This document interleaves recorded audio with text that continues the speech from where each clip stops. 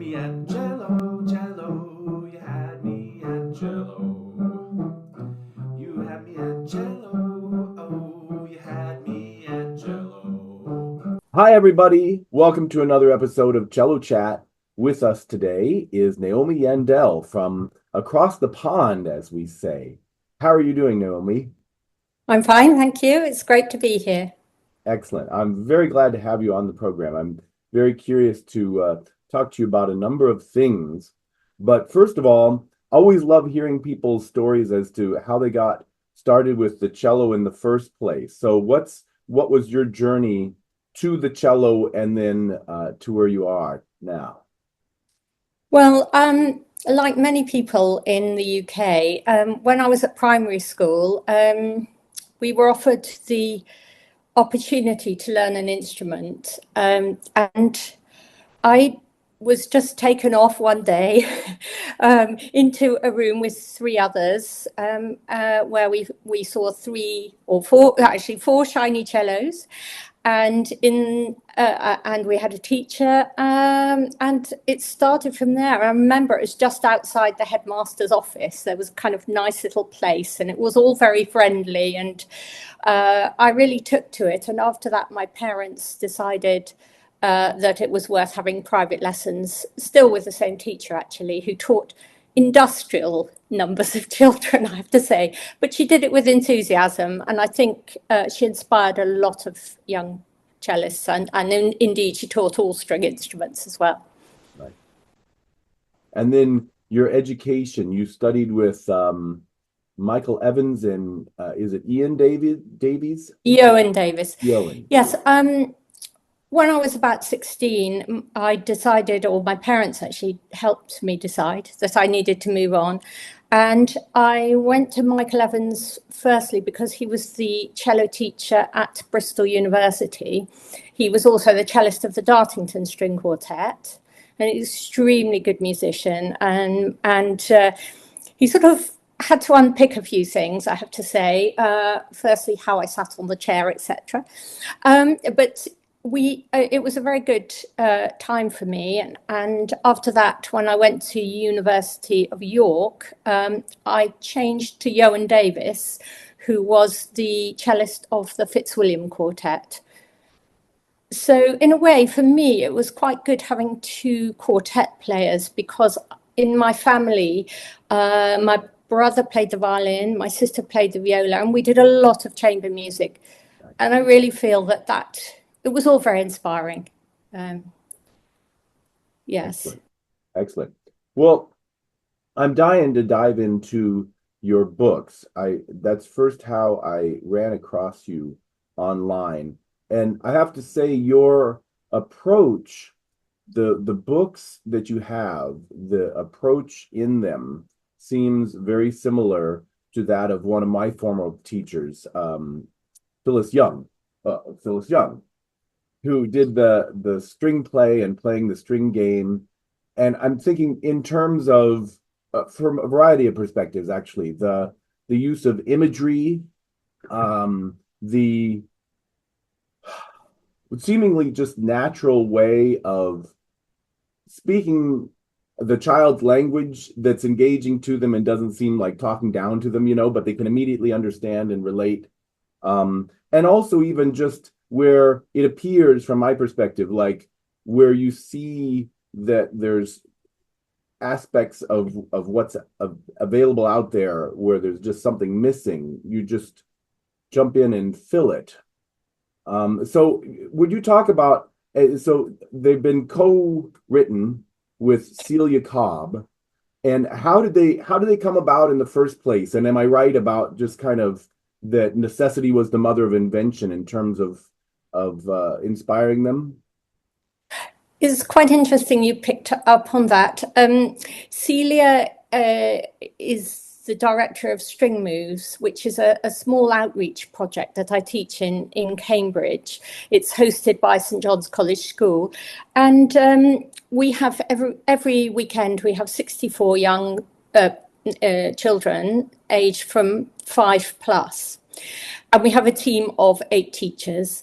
And all our books I think I'm right in saying to do with string playing, certainly, have been inspired by teaching those young children and really wanting to develop good playing habits. And I think that stems from the way I started, because my teacher, though she was very, very enthusiastic and marvelous in many ways, she wasn't that concerned, or she didn't really insist on good technical habits.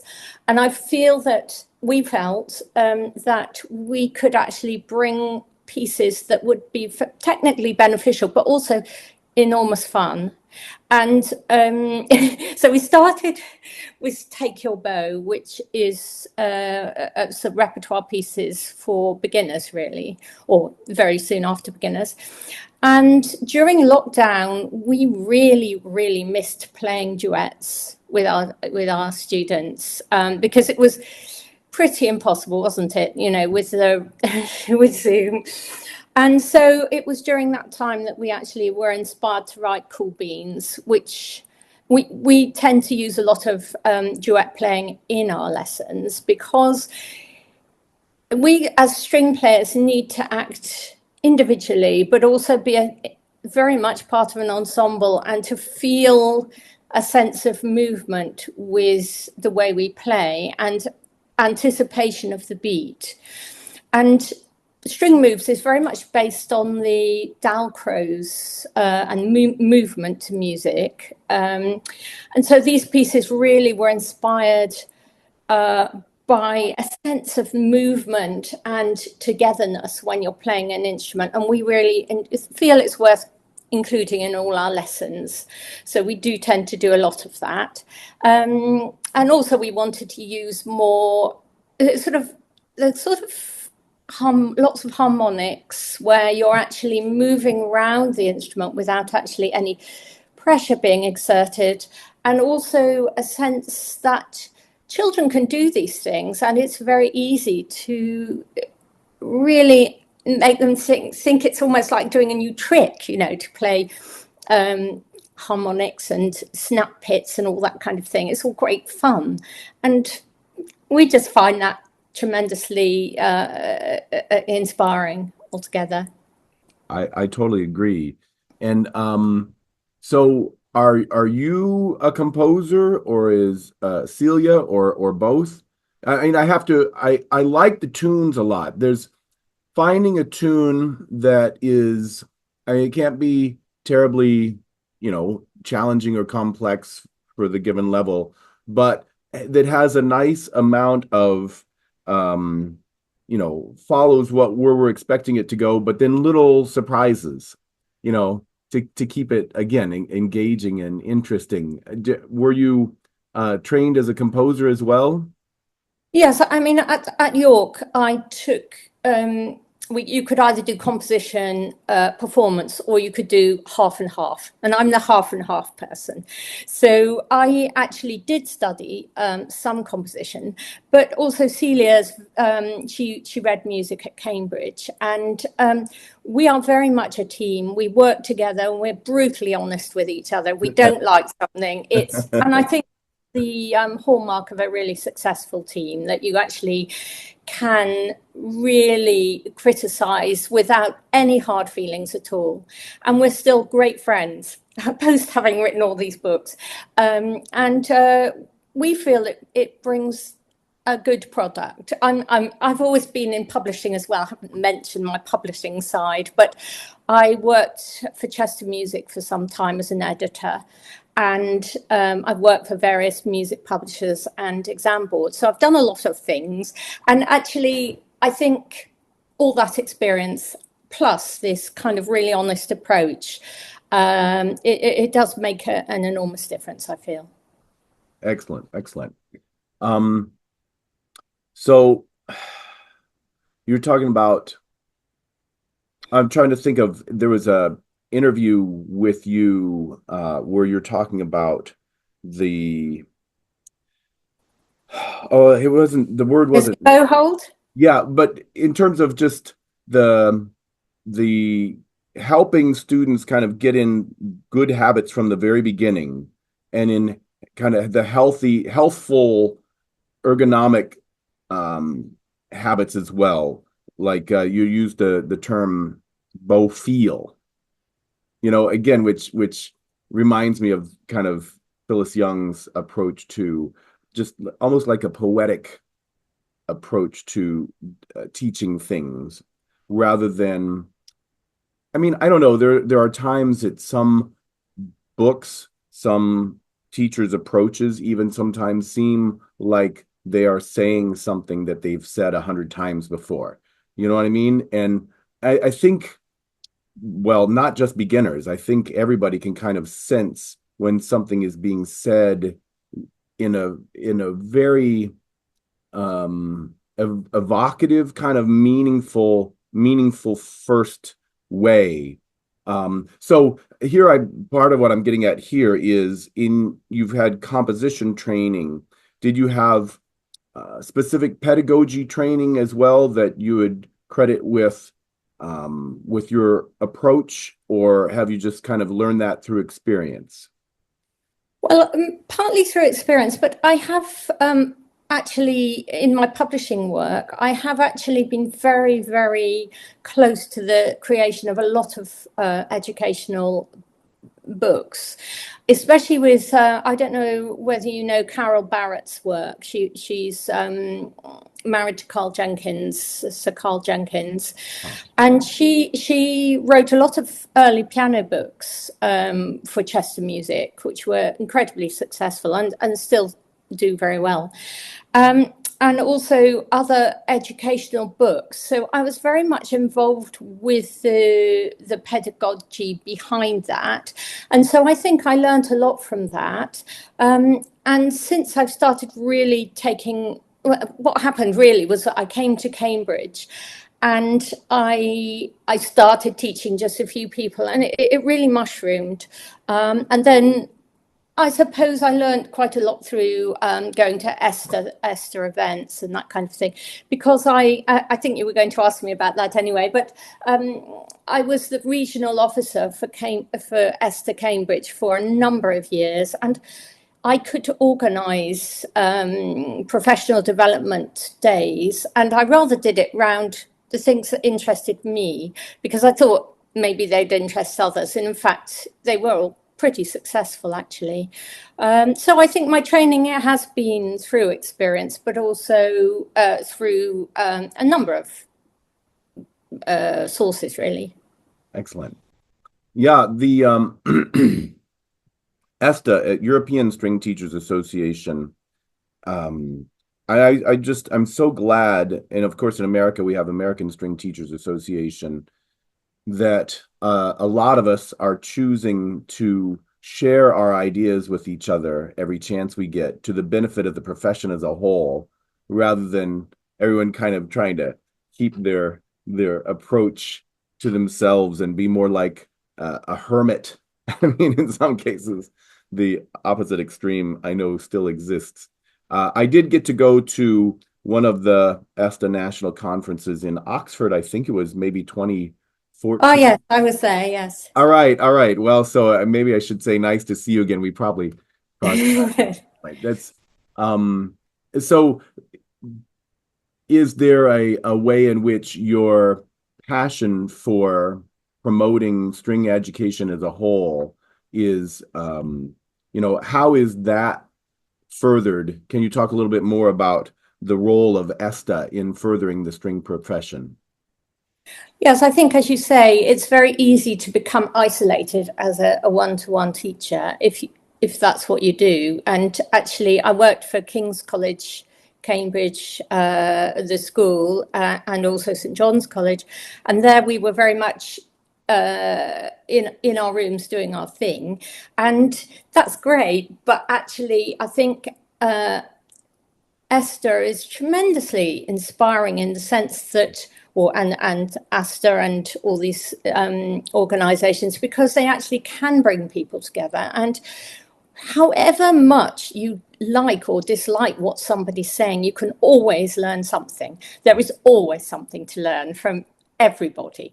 And I really appreciated that. And I really I think I would describe myself as a bit of a connector. I do like to not work in a bubble, too much. I like working with people, and I like meeting people and finding out what they actually think. And so the ESTA has been very inspiring. And in fact, we went to Celia and I did a session at the latest Portuguese conference, where we did a session on cool beans and our approach to duet playing. And also we did mention sight reading, and clearly there is a feeling amongst some European teachers that sight reading really is not to be taught, or that they do it in lessons, but actually we believe that you can actually teach it. And if you do it methodically, it does rather take the fear out of sight reading. So that's another aspect to our work that we featured. And it was clear in the room that some people thought, oh, this is not a good idea. And then other people were just delighted that we'd taken the bull by the horns and produced something specifically for strings. Yes. Count me in that second camp. I think it's great. And I was going to ask you about that as well. Let's use that as a segue. There's definitely... It's as though some people have it in their head, oh, I'm not good at sight reading. And as long as they think that, it's kind of a self-fulfilling prophecy. But it, like so many things, like what you're saying, it can be broken down into separate components, and each one of those things can be discussed in terms of what they consist of and how to address them. Can you give an overview of your approach to teaching sight reading? Yes. Our approach is start easy. Definitely start easy at a stage where everyone can do it. And actually, our books are divided into 3 volumes. The first one just starts with literally tapping a rhythm on your instrument, and each we split our approach into lessons. Now, you don't need to do each one in one lesson, but it's almost like a chapter. And each chapter takes a specific something, that either a key or a string even, and actually it just breaks it down so that actually it's very incremental. And at the end of each chapter there is a duet, because again we feel that actually duet playing is so beneficial, especially when you're sight reading, because you really have to keep going. You can't just sort of stop and say, oh, whoops, you've got to keep counting, etc. So we have really broken it down into small sort of achievable chunks, I would say. Yes, and we feel by doing it often and little and often, you really do get better. Yes, at it. absolutely. I always recommend my students watching this will know what I'm about to say. I always send them to Sight Reading Factory, which is an online program. And there too, what I really love best about it is there's 6 different levels. And then even within them, if, for example, you're the sort of person, even if you don't know at first, you can quickly find out, okay, it's rhythms that trip me up the most. Okay, well, let's play with the rhythm dial and keep it to where it's incremental, but we feel that progress that we're being made. And for other people, it's accidentals. They can read like crazy in C major or G major, but D flat major, and they're just playing wrong notes all the time or something. So again, to the people who kind of treat it as an all or nothing, you're either good at sight reading or you're not. There's so many aspects of teaching that we do where we take something that seems like it's a one monolithic thing, and we break it into its individual incremental building blocks and teach each one of those as a bite size. So hats off to you. Well, I do find, especially with the older children, or, depending how advanced they are, I mean, that I actually ask them to finger their own music and in the sight reading as an exercise. Go away, finger it. Then we discuss what they've written, and we discuss alternatives, and we actually come up with what we think's best. And actually, even that sort of thing, children are, or young people are often given music with fingering written on it. And it is very important in sight reading to be able to take those in the moment decisions. What's going to work best? How can I best cope with this music? So that's another approach that I take later on. I don't do it earlier because I feel it's important to know where you're going. But once you know where you're going, you really do need to start being proactive as a player. Wonderful, wonderful. So let's see, another question. You also teach music theory. I personally, my first 2 degrees were in performance, but after a while, I found that the master classes I would go to, a lot of the time, the great master isn't talking so much about, hey, have you tried this different technique? But instead, they're talking about, now, wait a second, this phrase comes back now, but now it's different. It's often the theory thing. So, first of all, let's make it 2 questions. What drew you to the music theory component of music teaching? And then how do you find that how it informs your teaching of string players?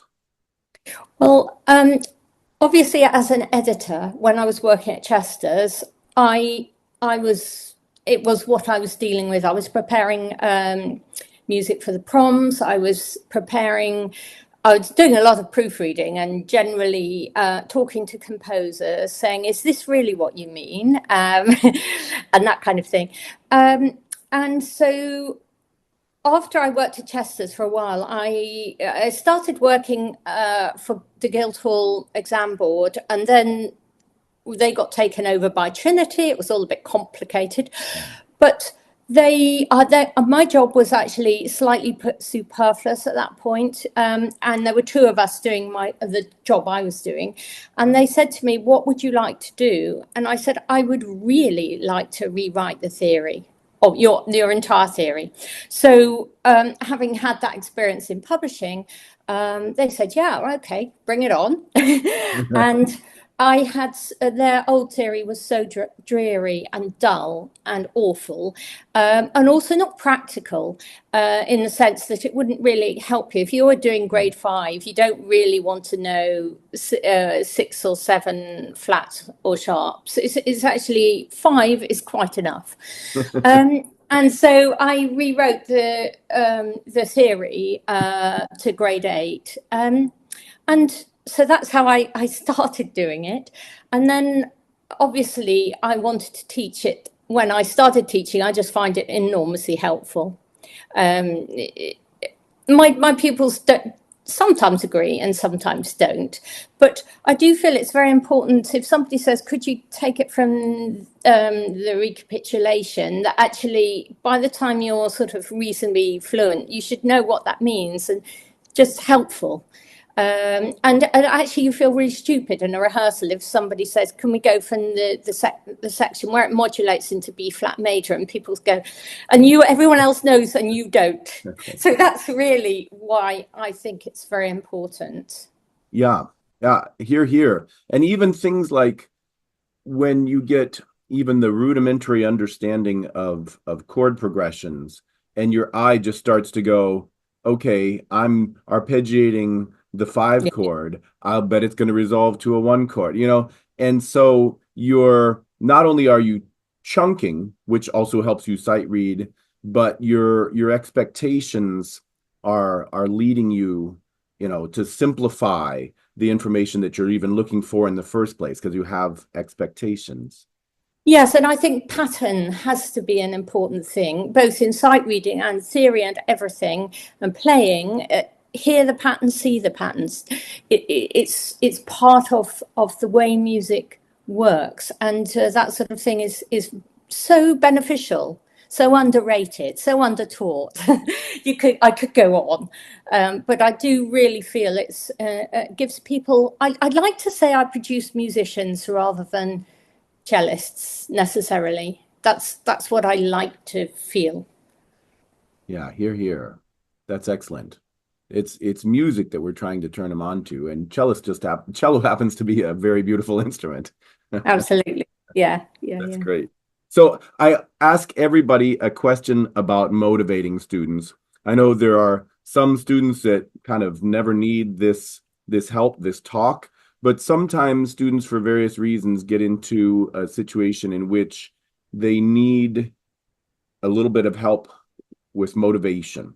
So I'm just kind of wondering, do you have some general approaches, advice that you use when a student is just needing that little push or that little inspiration or help?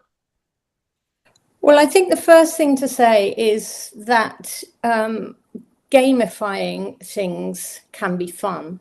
Mm-hmm. I think also splitting the lesson up. If you see you're losing somebody's brain and they are sort of not really with you, then my way of dealing with that really is to change gear, do something else, come back to it, and to work with the student in a way that really goes with them.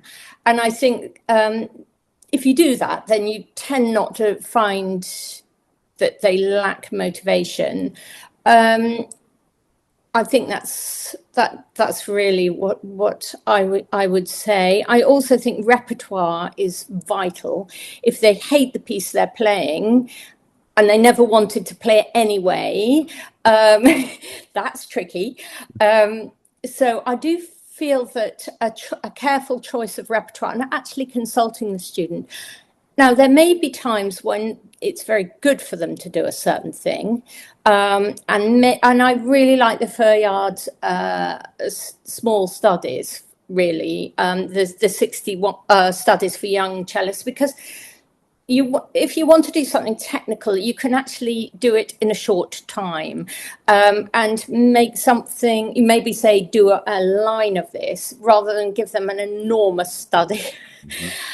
I know it has benefits for sometimes to carry on doing something for a long time, but actually trying to get them to understand why they're doing something, why it's important is so important. Such as, for example, with sound production, if you do a sound experiment and you show them what it sounds like if you play your bow very, very wonkily, and they try it out for themselves, it's an enormous learning curve, because they really realise straight away that actually there is a reason, and that's also motivational, I feel. Yeah. I hope that's enough. Yeah, very good, very good. Okay, I'm sure you have projects coming down the pike. What's in store for you in the remainder of 2024 on into 2025? Well, I think at the moment we have we're having a little bit of a fallow period, but I think we are going to develop some folk songs, I think, some arrangements of folk songs, but not sort of the very well-known ones. We're going to go a bit kind of find some beautiful folk songs that we really want to actually arrange in some way, perhaps. And also, I think we want to do something to do with celebration, maybe. Songs for celebration. I do think it's very important to be able to play things like Happy Birthday in any key, just because actually your parent, you might want, these things are useful, aren't they? And so we're thinking along those lines. I've also got a bit of a theory thing coming along, but that's a little bit under wraps at the moment. So nothing that we're actually working on right now, apart from ideas, I'd say. All right. But then we did have a bit of a spurt, I feel, earlier on. Right. It is funny how these things rarely just happen in even stages. Just like, yes, they go a bit frenetic from time to time. All right. Terrific. Yeah. Just one other question occurs to me. So what drew you to the editing side of things in the first place? Well, I think although I had a place to do postgraduate cello playing, I realized pretty early on that I didn't really want to be a performer. I didn't feel it was what I wanted to do. And actually, I wanted to work in music publishing because I find it really interesting and really fun. Hmm. And I'd studied music. And so I think that I really felt that I could do something fun. And I mean, we got lots and lots of, we met lots of composers, and they'd come in, and John Taverner was in regularly. We had great composers like Lucius Lasky. I mean, and we were working on, all sorts of exciting music. And it was just a great environment and very inspiring. And also, I could do a range of music. I wasn't quite sure what I wanted to do, and working on educational, contemporary, all that kind of thing was just fabulously inspiring, I think. That's great. That's wonderful. All right. Well, thank you so much, Naomi. It's been really fun talking with you. And Well, thank you ever so much. absolutely. And for those of you out there watching, we'll see you this time next Friday. Lots of luck with successful practicing in the meantime. Yeah, me and Jen